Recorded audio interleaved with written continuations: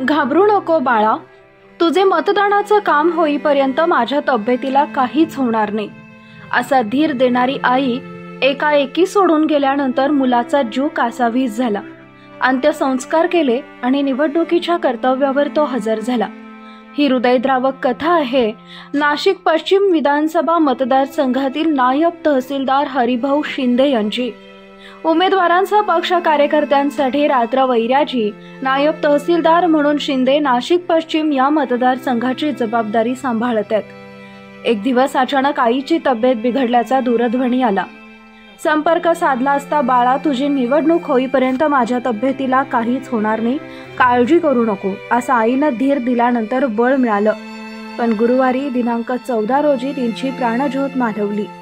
आई तर गेली, पण निवडणूक अंतिम टप्प्यावर असताना कर्तव्य भावनेतून त्यांनी शनिवारपासून दिनांक 16 रोजी पुन्हा जबाबदारी समर्थपणे सांभाळली.